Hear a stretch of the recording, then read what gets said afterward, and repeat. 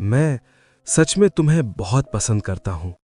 अगले ही पल वो यौन से दूर हो गया और बोला, अब मेरे जाने का वक्त हो गया है।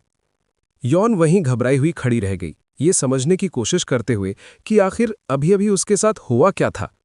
अचानक जे-ह्यून को अपनी पीठ पर कोई छोटी और नर्म सी चीज लगती हुई महसूस हुई। उसने पलटकर देखा तो पाया कि यौन ने उस पर एक कपड़ा फेंका था। यौन चिल्लाई, हाँ, तुम सही थे, मैंने सब कुछ देखा था। उसने अपने सीने पर हाथ रखा, जहां उसका दिल जोरों से धड़क रहा था। उसने कबूल किया, मैंने उस पल तुम्हें देख लिया था और तुम्हें मेरा नाम फुसफुसाते हुए भी सुना था। उसने आगे कहा, और ठीक इसीलिए मैं किसी और को ढूंढना चाहती थी, ताकि मैं तुम्हारी मुझे लुभाने की कोशिशों के आगे हार न मान जाऊं।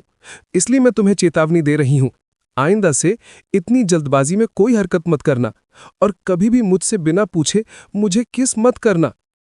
जे-ह्यून इसके इस गुस्से से भरे भाषण से पहले तो हैरान हुआ, लेकिन फिर उसके चेहरे पर एक टेढ़ी सी मुस्कान फैल गई। यौन की हैरानी के बीच वो फिर से उसकी तरफ आने लगा और बोला, जब तुम मेरे इरादों के बारे में जानती ही हो तो शायद तुम एक बार हार मान ही सकती हो, या कम से कम अपनी पसंद के बारे में कुछ इशारा तो दो।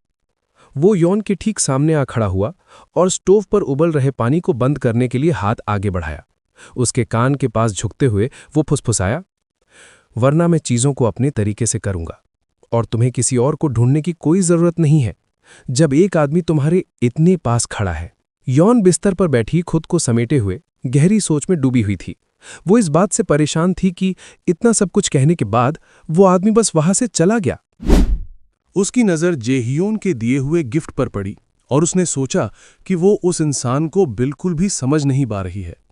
यौन इस बात से इनकार नहीं कर सकती थी कि वो एक हैंडसम आदमी है, और जब भी वो उसके पास होती थी उसका दिल जोरों से धड़कता था। लेकिन ये प्यार था या बस एक आकर्षण, ये वो नहीं जानती थी। इससे भी ज्यादा उसे इस बात पर विश्वास नहीं था कि जे-ह्यून इतने कम समय में उससे प्यार कर सकता है। लेकिन इन सब के बावजूद वो उसके बारे में सोचती रही, भले ही इस वक्त उसके लिए ये आखिरी चीज थी जिसकी उसे जरूरत थी। उसने अपना स्केड्यूल चेक करने के लिए फोन उठाया और ये देखकर हैरान रह गई कि उसके प्रोफेसर की एक मिस्ड कॉल थी। उसने सोचा कि उसने कॉल कब मिस कर दी। फिर उसे याद आया कि कैसे जे-ह्यून ने उसे स्टोव के पास कॉर्नर कर रखा था। प्रोफेसर ने उसे एक मैसेज भी भेजा था जिसमें उन्होंने यौन को हफ्ते में कई बार लेक्चर्स देने का सुझाव दिया था। हालांकि पढ़ाई के दौरान उन्होंने उसकी बहुत मदद की थी, लेकिन उन्होंने अक्सर उसे इतना पुश किया था कि वो रो पड़ती थी। इसलिए उसे समझ नहीं आ रहा था कि उनके साथ फिर से काम करना एक अच्छा आइडिया होगा या नहीं। अगले दिन बाहर बारिश हो रही थी, लेकिन जे-ह्यून दौड़ने के लिए निकल गया क्योंकि वो अपना दिमाग शांत करना चाहता था। घर लौटकर उसने अपने भीगे कपड़े उतारे और गर्म पानी से नहाने चला गया। नहाते हुए वो पिछली शाम हुई घटनाओं को अपने दिमाग में दोबारा चला रहा था। उसे इस बात पर गुस्सा आ रहा था कि यौन ने किम को अपने घर पर सोने दिया। उसकी वजह से ही वो खुद पर काबू नहीं रख पाया था और अपनी भावनाओं में बह गया था। जे-ह्यून खुद को काबू में रखने की बहुत कोशिश कर रहा था, लेकिन जैसे ही वो किसी और आदमी को यौन के पास होने की कल्पना करता, वो अपना आपा खो बैठता। फिर उसे यौन के लाल गाल और उसकी नशीली निगाहें याद आईं और उसे एहसास हुआ कि वो पूरी तरह से उसके कब्जे में है। उसका ख्याल आते ही जे-ह्यून के शरीर में खून तेजी से दौड़ने लगता और वो कल्पना करने से खुद को रोक नहीं पाता कि वो क्या कुछ कर सकता है। उसे याद आया कि उसने यौन को कई साल पहले देखा था, उसकी मुस्कान और उसकी चमकती हुई आंखें। ये सोचते ही उसने गुस्से में दीवार पर जोर से एक मुक्का मारा और पानी की धारा को अपने तनाव के निशान मिटाने दिया। शावर से बाहर निकलते हुए उसने सोचा कि वो उसकी वजह से यकीनन पागल हो गया है। हालांकि वो उस पर 10 साल पहले ही दिल हार बैठा था, लेकिन वो बिल्कुल भी नहीं बदली थी। पर वो एक पूरी तरह से अलग इंसान बन चुका था। यौन अब उसे पहचान भी नहीं पाएगी। अचानक उसके फोन पर आए एक मैसेज नोटिफिकेशन की आवाज से उसका ध्यान टूटा। उसके पिता ने अपने हमेशा के ताना मारने वाले अंदाज में उसे उसके आने वाले जन्मदिन के सम्मान में एक नई कार भेजने के बारे में लिखा था। साथ ही उम्मीद जताई थी कि उनका बेटा उनसे मिलना चाहेगा और उनके साथ कुछ वक्त बिताएगा। जेह्यून को ये बात बिल्कुल पसंद नहीं थी कि उसके पिता ने अब तक उसके फैसले को स्वीकार नहीं किया था। डिवोर्स के बाद अपनी मां के साथ रहने का फैसला और अपना लास्ट नेम बदलने का फैसला। उसके पिता का लगातार दबाव और अस्वीकृति उन दोनों के बीच की दूरी को और भी गहरा करती जा रही थी। हालांकि अपनी मां की दूसरी शादी से उसे एक सौतेला भाई मिला था, जेह्यून को अचानक इयोन का ख्याल आया और ये कि कैसे उसने उसके इरादों को समझ लिया था। उसे इस बात पर गुस्सा नहीं आया। इसके विपरीत वो खुश था कि आखिरकार उसने उस पर ध्यान देना शुरू कर दिया था। बाहर अभी भी मूसलाधार बारिश हो रही थी और इयोन बार बार गीली जमीन को पोंछ रही थी। इसके अलावा कैफे में बहुत भीड़ थी क्योंकि कई लोग बारिश से बचने के लिए अंदर आ गए थे। अचानक इयोन ने अपनी आंखों के कोने से जेह्यून को कैफे में आते हुए देखा। उसने फैसला किया कि कल रात जो हुआ उसके बाद अब वो एक दूसरे को और इग्नोर नहीं कर सकते और उसने उससे बात करने का मन बना लिया। लेकिन उसकी हैरानी का ठिकाना नहीं रहा जब एक टेबल पर बैठी लड़कियों ने उसे देखते ही उसे अपने पास बुलाना शुरू कर दिया। जेह्यून ने इयोन पर एक सरसरी नजर डाली और उसे ग्रीट किया, लेकिन इयोन शर्मा गई और उसने सोचा कि वो उससे बाद में बात करेगी। वो काउंटर पर वापस आ गई जहां सियांते ने तुरंत अंदाजा लगाना शुरू कर दिया कि उन लड़कियों में से कौन वर्कशॉप के मालिक को डेट कर रही है। वो बिना रोके गॉसिप करता रहा कि कैसे जेह्यून उनके साथ कितना स्वीट है और कैसे उनमें से एक लड़की तो उसे बिल्कुल प्यार भरी नजरों से देख रही है। यौन ये मानना नहीं चाहती थी, लेकिन ये सब बातें सुनकर उसे बेचैनी हो रही थी। उसने अपने कलीग के साथ इस टॉपिक को और आगे बढ़ाने से बचने की कोशिश की। इसी बीच जेह्यून कॉफी ऑर्डर करने के लिए काउंटर पर आया और अपना कार्ड आगे बढ़ाया, लेकिन तभी किम एक अजीब सी मुस्कान के साथ वहां आ खड़ा हुआ और बोला, तुम लोगों ने मुझसे दिन में एक फ्री कॉफी का वादा किया था। किम ने कार्ड ले लिया और कहा कि वो जल्द ही कॉफी ले आएगा। जेह्यून ने भी जबरदस्ती की मुस्कान के साथ जवाब दिया और कहा कि एक पेस्ट्री शेफ होने के नाते उसे ऐसी चीजों के लिए परेशान नहीं होना चाहिए और ये काम दूसरे स्टाफ को करने देना चाहिए। इयोन तनाव के साथ उन दोनों के बीच इस छुपे हुए झगड़े को देख रही थी, बिल्कुल वैसे जैसे पार्क में बच्चे खिलौने के लिए लड़ते हैं। आखिरकार उसने कार्ड खींच लिया और कहा कि कॉफी वो बना देगी। उसने किम से उसके लिए केक का एक पीस तैयार करने को कहा। तभी अचानक सियांटे बोल पड़ा, अरे वो केक अपनी गर्लफ्रेंड के साथ एंजॉय कर सकते हैं। उसने आगे जोड़ा, मैं और इयोन अभी इसी बारे में बात कर रहे थे कि वो दोनों साथ में कितने अच्छे लगते हैं। ये सुनकर इयोन बस एक गहरी सांस लेकर रह गए। जेह्यून ये सुनकर एकदम टेंस हो गया और इयोन की तरफ मुड़कर पूछा, तुम लोग आखिर क्या बात कर रहे थे? इयोन ने उसकी तरफ देखा और कहा, मैंने बस इतना कहा कि तुम केक खा लो। जेह्यून ने अपनी आंखें सिकोड़ते हुए उससे पूछा, और ये किसके साथ खाने का सुझाव दे रहे थे? उसने सियांटे को खून खा जाने वाली नजरों से घूरा, जिससे सियांटे तुरंत घबरा गया और माफी मांगते हुए बोला कि शायद उसे कोई गलतफहमी हो गई है। इयोन ने मामले को शांत करने की कोशिश करते हुए कहा, तुम्हारे दोस्त काफी देर से इंतजार कर रहे हैं, इसलिए मैंने बस सोचा कि उन्हें कुछ मीठा खिला दूं, बस और कुछ नहीं। जेह्यून बस टेढ़े से मुस्कुराया, हाँ में सिर हिलाया और वहां से चला गया। उसके जाने के बाद इयोन किम की तरफ मुड़ी और बोली, मैंने वो सारी फोटोज देख ली हैं जो तुमने मुझे भेजी थीं।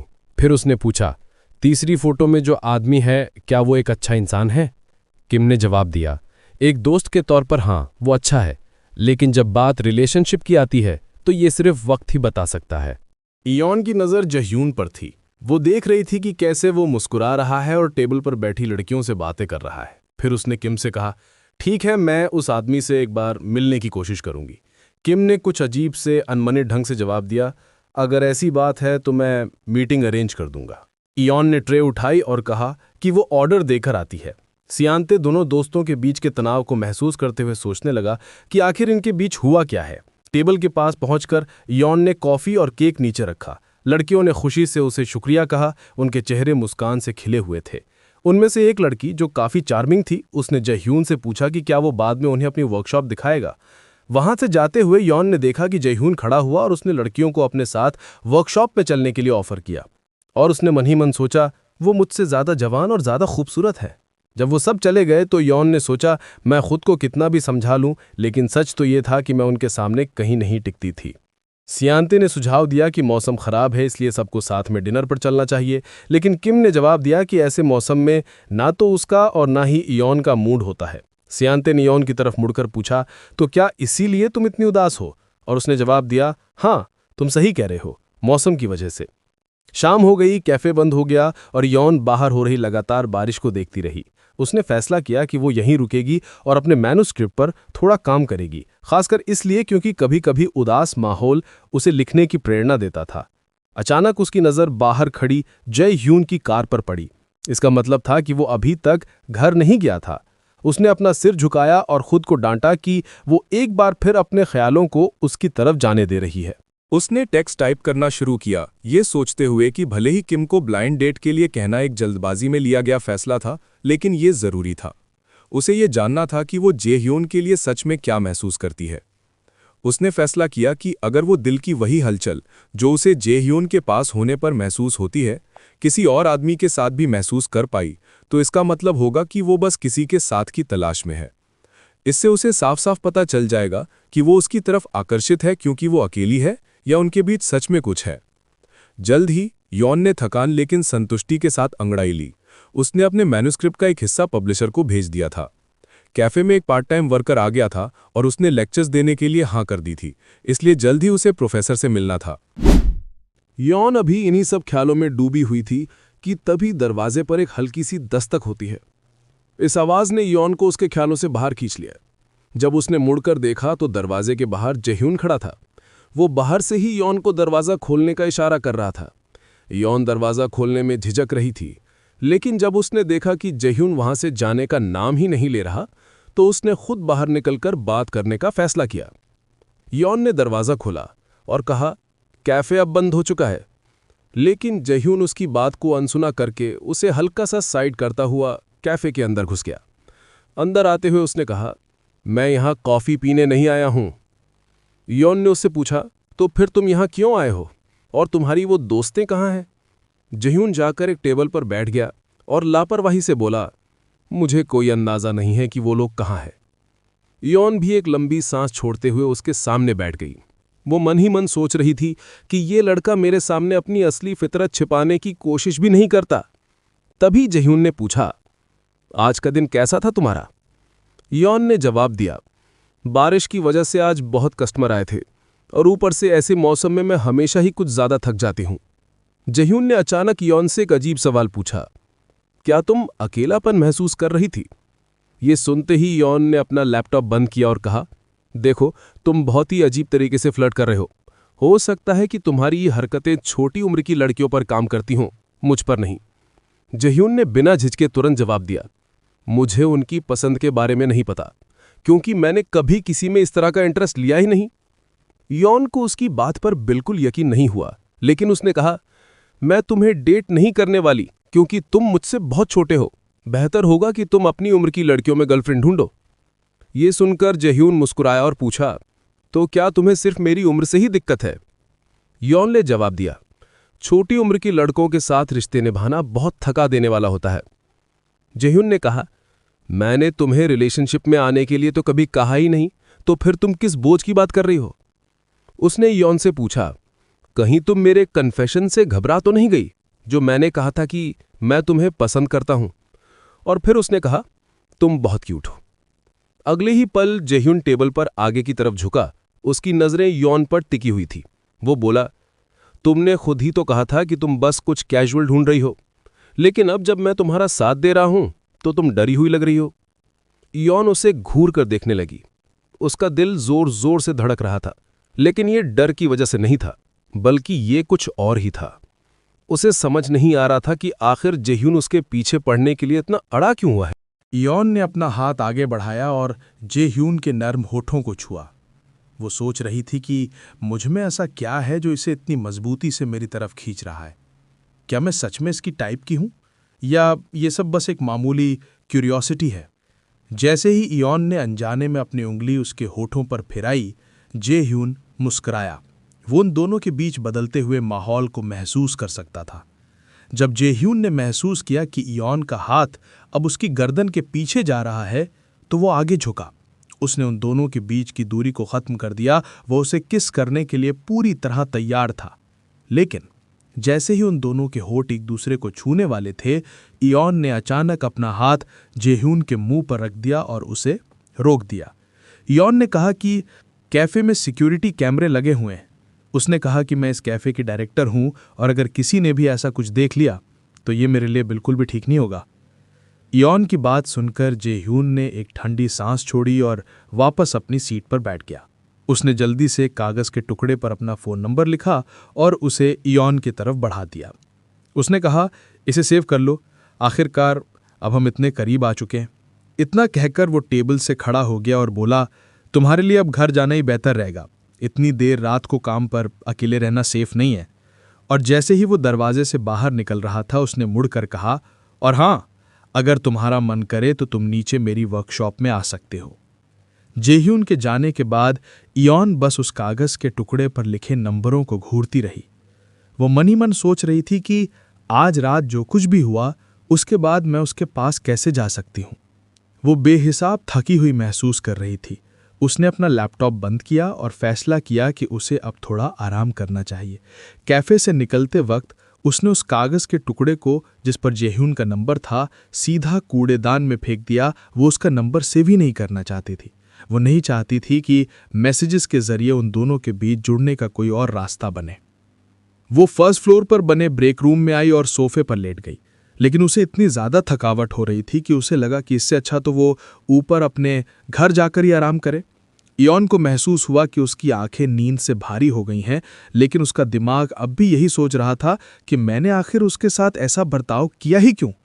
सोने से ठीक पहले आखिरी चीज़ जो उसे याद थी वो था जे-ह्यून का चेहरा और ये ख्याल कि शायद मैंने अभी तक उसके पहने हुए सारे नकाबों को नहीं पहचाना है।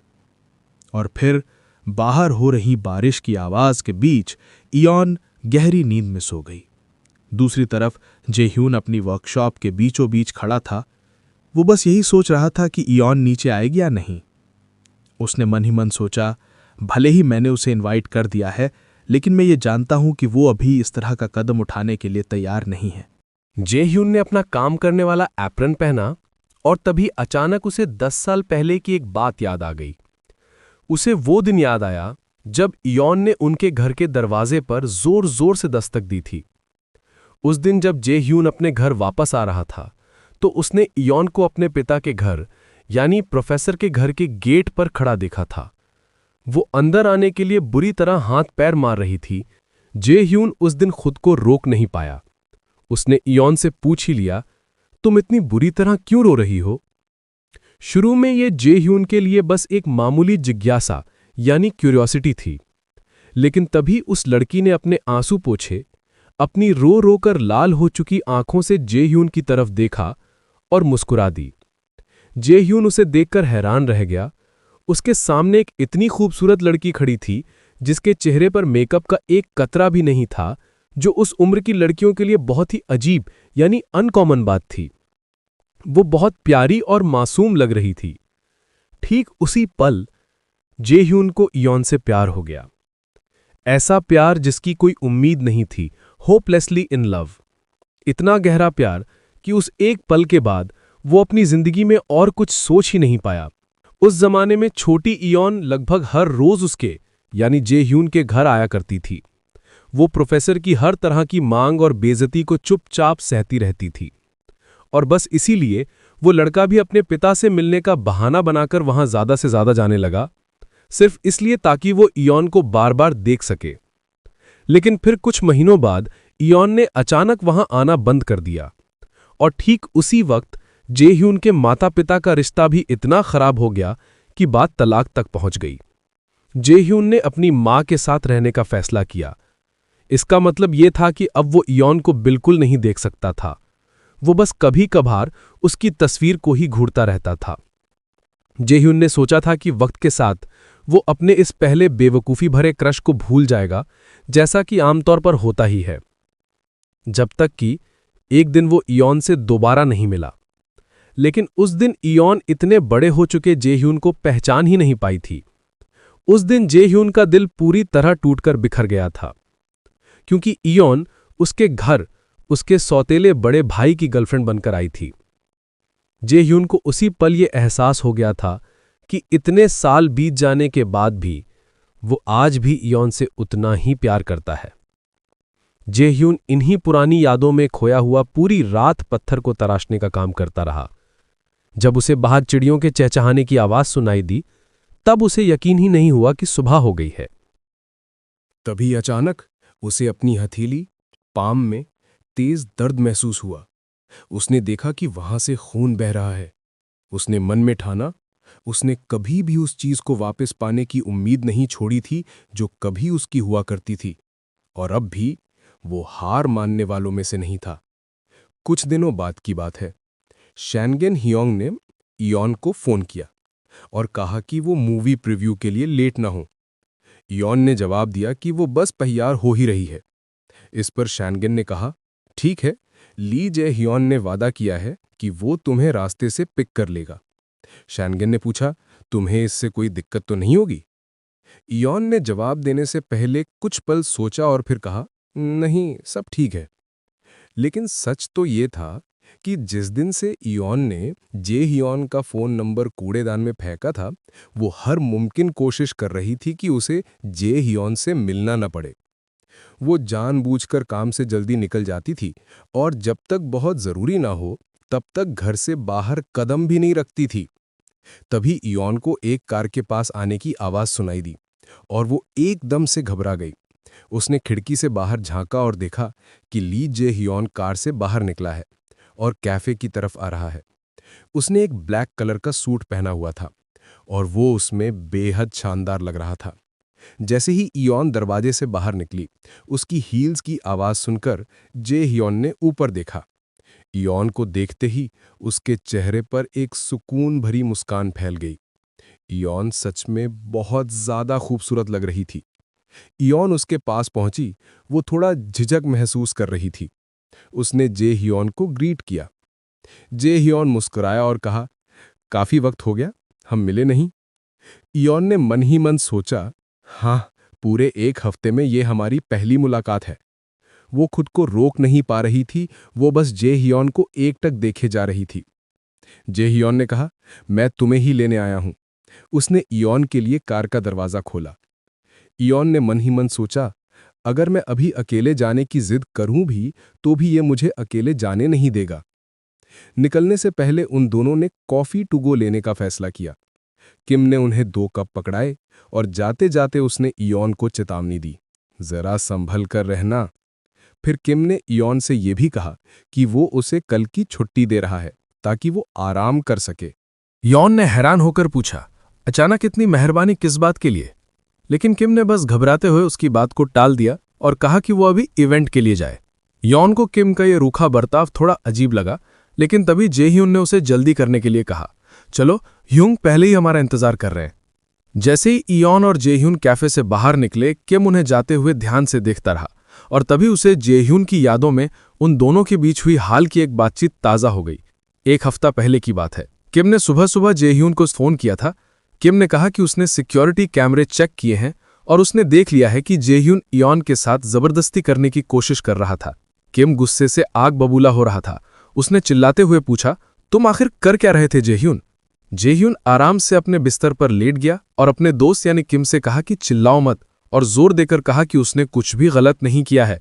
लेकिन किम लगातार चिल्ला रहा था। वो कह रहा था, मैंने तुम्हें वो बेसमेंट वर्कशॉप के लिए इसलिए नहीं दिया था कि तुम वहां ऐसी वैसी हरकतें करो।